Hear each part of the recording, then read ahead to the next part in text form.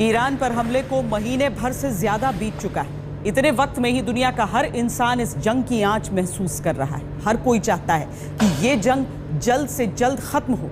लेकिन आप ही सोचिए, अगर अमेरिका ने जमीनी हमला किया, ईरान के खार्ग या फिर होर्मुज पर कब्जे की कोशिश की तो क्या होगा?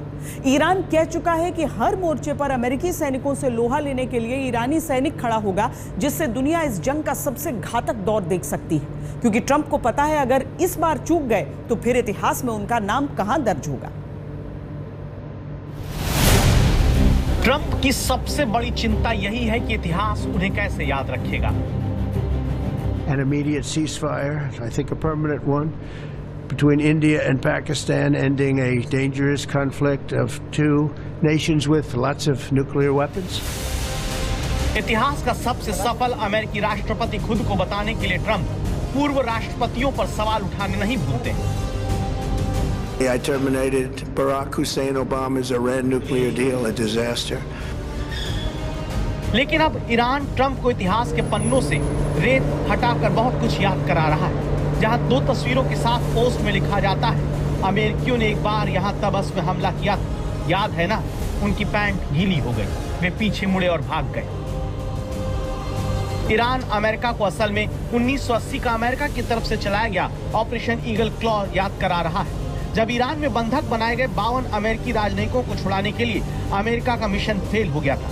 तब खराब मौसम और हेलीकॉप्टर में तकनीकी खराबी के कारण अमेरिका का मिशन फेल हुआ था।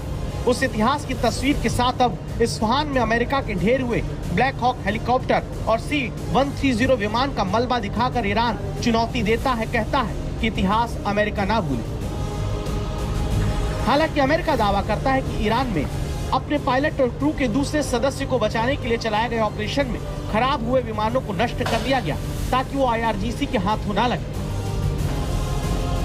लेकिन अब सवाल ये आता है कि क्या इतिहास को नए सिरे से लिखने के लिए जमीनी हमले की तैयारी अमेरिका ने पूरी कर ली है?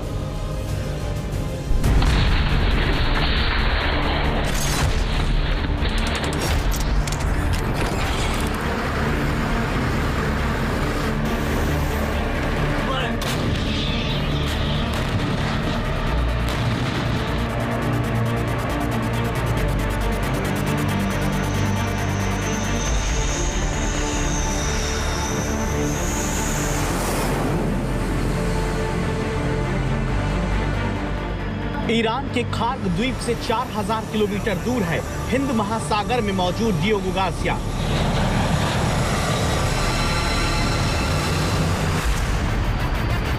वो सैन्य द्वीप जो अमेरिका के लिए हिंद प्रशांत क्षेत्र में सबसे महत्वपूर्ण और रणनीतिक सैन्य अड्डे के रूप में काम करता है।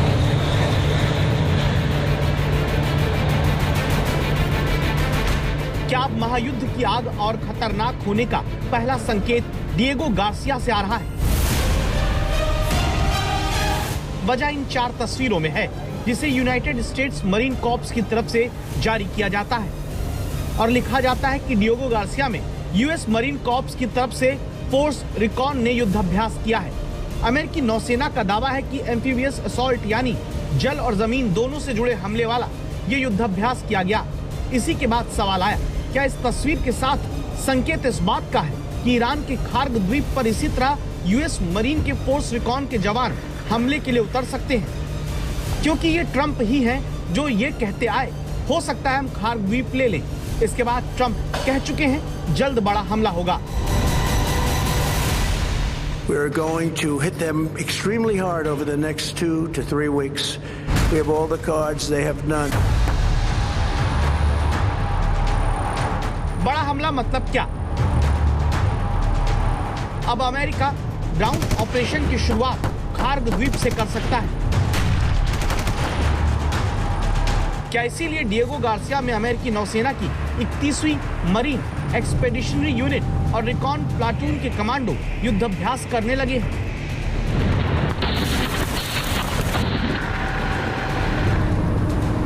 जिस यूनिट के युद्धाभ्यास की तस्वीरें डिएगो गार्सिया से आई, उस यूनिट के बारे में आप जानेंगे तो समझेंगे कि क्यों इस वॉर प्रैक्टिस को खार्ग आइलैंड पर हमले से जोड़ा जा रहा है। इस यूनिट की 4 चीजें अहम हैं। अचानक हमला इनका मूल मंत्र है, जहां ये बिना किसी आहट के ही दुश्मन के इलाके में घुसने और जानकारी जुटाने में माहिर होते हैं। दूसरा, गहन टोही होना, यानी खतरा भांपकर दुश्मन की सीमा के काफी अंदर जाकर अटैक करना। तीसरा, जल और थल दोनों के एक्सपर्ट, मतलब ये समंदर, हवा और जमीन तीनों रास्ते से हमला करके भीतर तक जाने में सक्षम होते हैं। और चौथा, सीधा हमला। ये छोटे और घातक हमले करने के साथ खास ठिकानों को तबाह करने के लिए जाने जाते हैं। जिस डिएगो गार्सिया बेस पर अमेरिकी मरीन कमांडो युद्धाभ्यास कर रहे हैं, इसी पर पिछले महीने महायुद्ध के दौरान ईरान ने मिसाइल से हमले का दावा किया, लेकिन 4000 किलोमीटर तक मिसाइल पहुंची या नहीं, इसकी पुष्टि कहीं नहीं हुई। डिएगो गार्सिया बेस पर अमेरिकी मरीन फोर्स का युद्धाभ्यास करना अगर पहला संकेत है, तो महायुद्ध के आगे और गंभीर होने की दूसरी आशंका इजराइल से आई, जहां पर इजरायली न्यूज एजेंसी का दावा है अमेरिका ईरान के बीच फिलहाल अब बातचीत के रास्ते बंद हो गए हैं, लेकिन हमले के रास्ते चौतरफा खुले हुए हैं, जिसका नतीजा समझना है तो इजराइल के शहर पेटा टिकवा पर ईरानी बैलिस्टिक मिसाइल के हमले का ये वीडियो देखिए।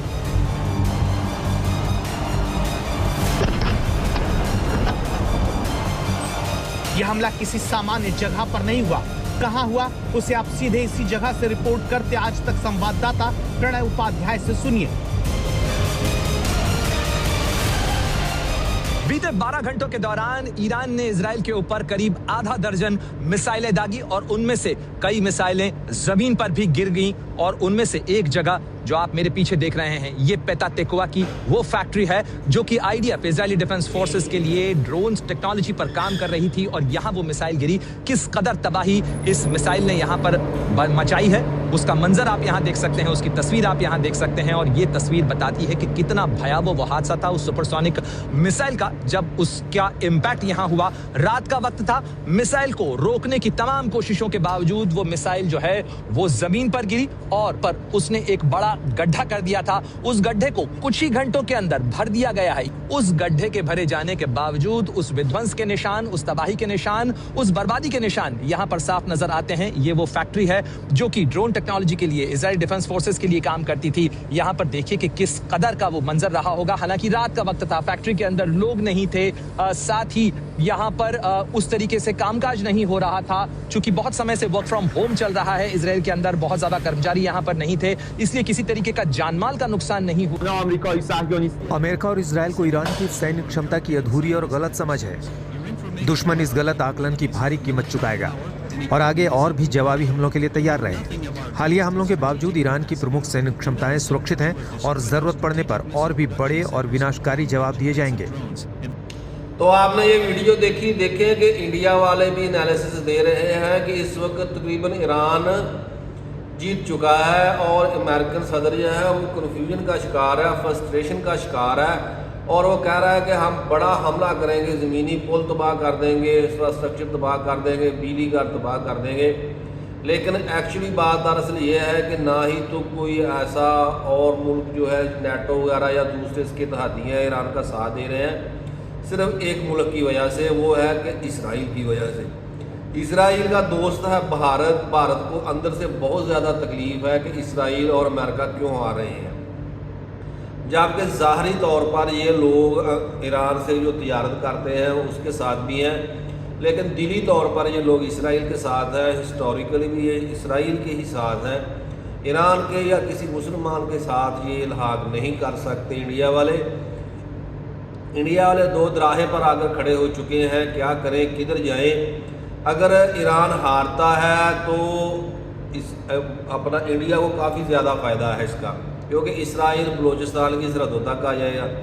अगर ईरान जीत जाता है, जो कि जीत चुका है, अब अगर अपना अमेरिका ने फैलानी है, सिर्फ तबाही फैलानी है, क्योंकि फ़ज़ाई ताकत उसके पास ज़्यादा है और वो ईरान पे कब्ज़ा नहीं कर सकता, रजीम चेंज नहीं कर सकता अमेरिका। ये तो सारी दुनिया को वाज़ेह हो चुका है और यही फ्रस्ट्रेशन है डोनाल्ड ट्रंप की। वो कई दफ़ा अभी ईरान को भी और दूसरों को भी जिता चुका है, बल्कि दुनिया को जिता चुका है कि ये जंग बहुत खौफनाक हो जानी थी, जो कि पाकिस्तान और इंडिया की थी।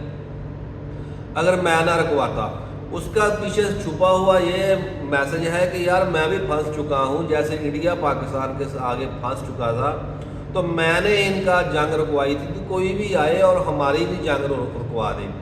देखिए, आपने हर जगह हर मुल्क के साथ धौंस और धमकी ही लगाई है, अब आप फंसे हुए हैं तो दुनिया एंजॉय कर रही है।